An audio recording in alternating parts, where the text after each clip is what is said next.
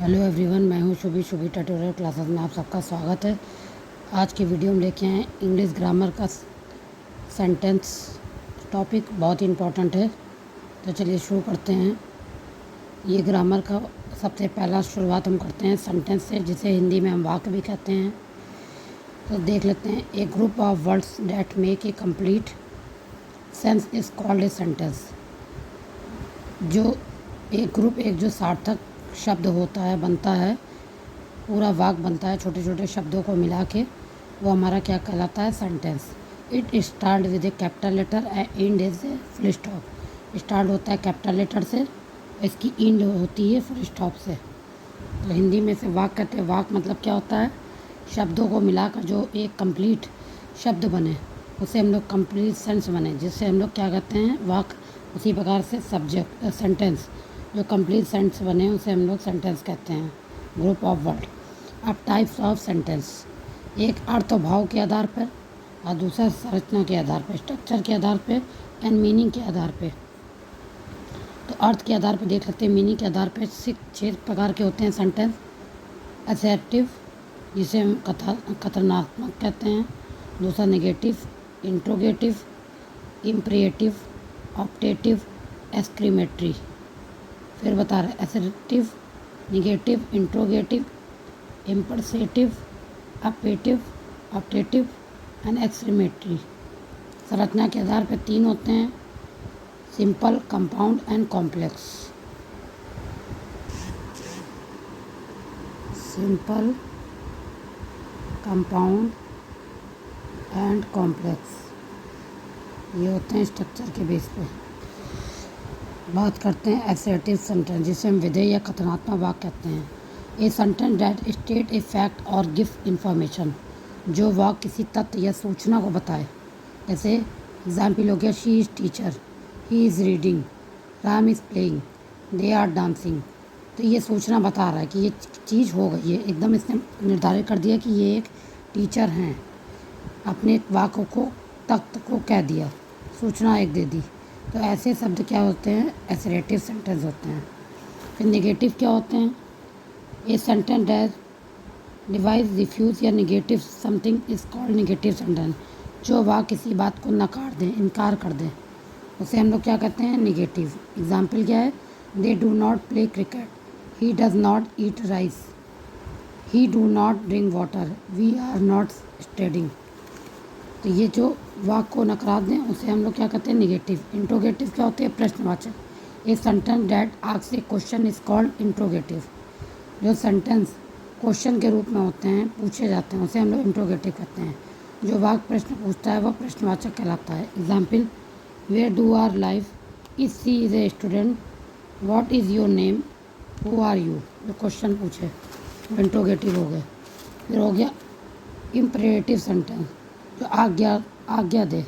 ए sentence express order, request, advice और instruction is called imperative sentence. जो वाक्य आदेश, अनुरोध, सलाह या निर्देश व्यक्त करता है, उसे आज्ञार्थक वाक्य कहते हैं। एग्जाम्पल हो गया, प्लीज़ क्लोज द डोर। जैसे हम किसी को ऑर्डर दे रहे हैं, प्लीज़ दरवाजे को बंद करो, please help your friend, read the instruction carefully, सावधानीपूर्वक पढ़ो, do not touch the stove.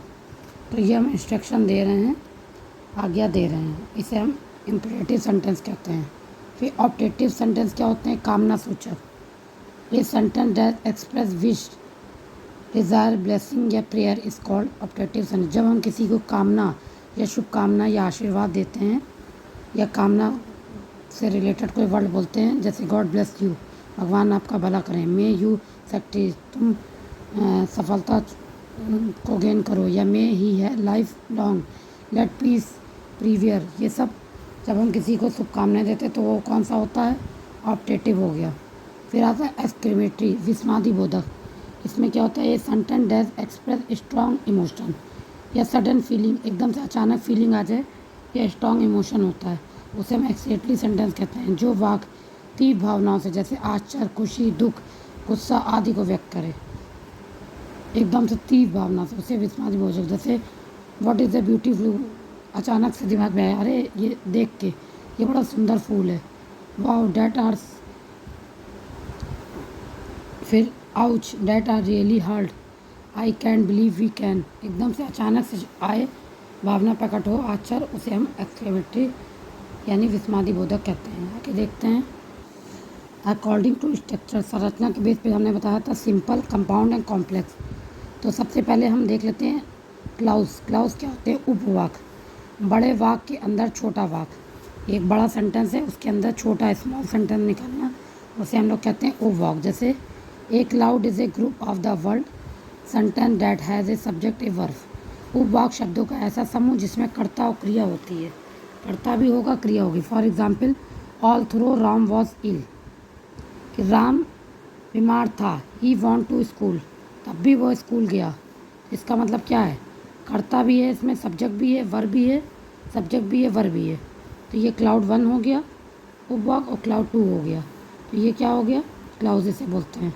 Type of clause क्या होते हैं? डिपेंडेंट क्लाउज, इंडिपेंडेंट, जो आश्रित होते हैं डिपेंडेंट, और इनडायरेक्ट जो होते हैं, इंडिपेंडेंट जो होते हैं वो स्वतंत्र होते हैं। इंडिपेंडेंट जैसे आई एम हैप्पी, मैं खुश हूँ, ये अपने आप में कंप्लीट है, कंप्लीट है एकदम सेंटेंस। तो ये क्या हो गया? Independent. The dog is barking, she runs fast. तो ये सब सेंटेंस क्या होंगे? Complete sentence. फिर डिपेंडेंट सेंटेंस क्या होंगे? बिकॉज आई विश्ड, उसकी वजह से, जब घंटी बजी तब बेल बजी। तो ये इनकम्प्लीट हो गए। यदि तुम जाओ, इफ़ यू गो,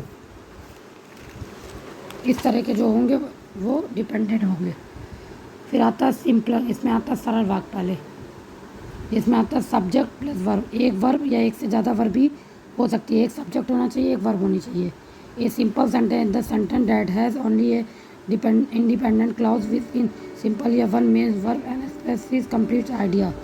इसका एग्जाम्पल क्या हो गया? आई प्ले क्रिकेट, मैं क्रिकेट खेलता हूँ। द डॉग इज स्लीपिंग, कुत्ता सो रहा है। चिल्ड्रन आर स्टडिंग, बच्चे पढ़ रहे हैं। एकदम सिंपल है। कंपाउंड में क्या होगा? जब इंडिपेंडेंट क्लाउज या इंडिपेंडेंट क्लाउज दोनों कंप्लीट मीनिंग में हो। इसके बीच में क्या लग गया? FANBOY, fan boys. इसका फुल फॉर्म क्या है? F से फॉर्म, A से एंड, N से नो या नॉट, B से बट, O से ऑफ, Y से येट एंड सो, इनके बीच में लगता है। तो एक compound sentence, the sentence that certain two या more independent clause join together, कोऑर्डिनरी conjunction. Coordinating conjunction यही है, इसमें such as, and, but, so, yet ये लगाओ। जैसे I want to play but I started to rain, she is smart and she work hard, you can come with me and you can stay home. मतलब बीच में क्या लग जाए? Conjunction लग जाए, वो हो गए कंपाउंड सेंटेंस। फिर तीसरा आता है कॉम्प्लेक्स सेंटेंस, मिश्र वाक्य। इसमें एक डिपेंडेंट क्लॉज, एक इंडिपेंडेंट। जैसे ऑल थ्रो, इसके में क्या है? Although, because, which and when. एक complex sentence, one independent clause and one some non dependent clause are connected with sub ordinary conjunction, जिसमें ऑल थ्रो, इफ या because, when, they, who, which लग जाए। जैसे I stay home, independent है, मैं रुका। Because I was tired, ये dependent आ गया। इसके बीच में क्या लग गया? बिकॉज, मैं बीमार था। व्हेन द, मतलब मैं बहुत थका था। व्हेन द बेल रिंग, जब बेल बजी तो द स्टूडेंट रन गो, सब गए। तो ये इंडिपेंडेंट हो गया, ये डिपेंडेंट। जब बेल बजी, डिपेंडेंट आ रहा है। इसके बीच में क्या लग गया? इसी तरह से I know that you are honest. तो ये थे सेंटेंस के बारे में। अगले वीडियो में लेके वॉइस के बारे में आएंगे। आई होप आप लोगों को वीडियो अच्छा लगा हो।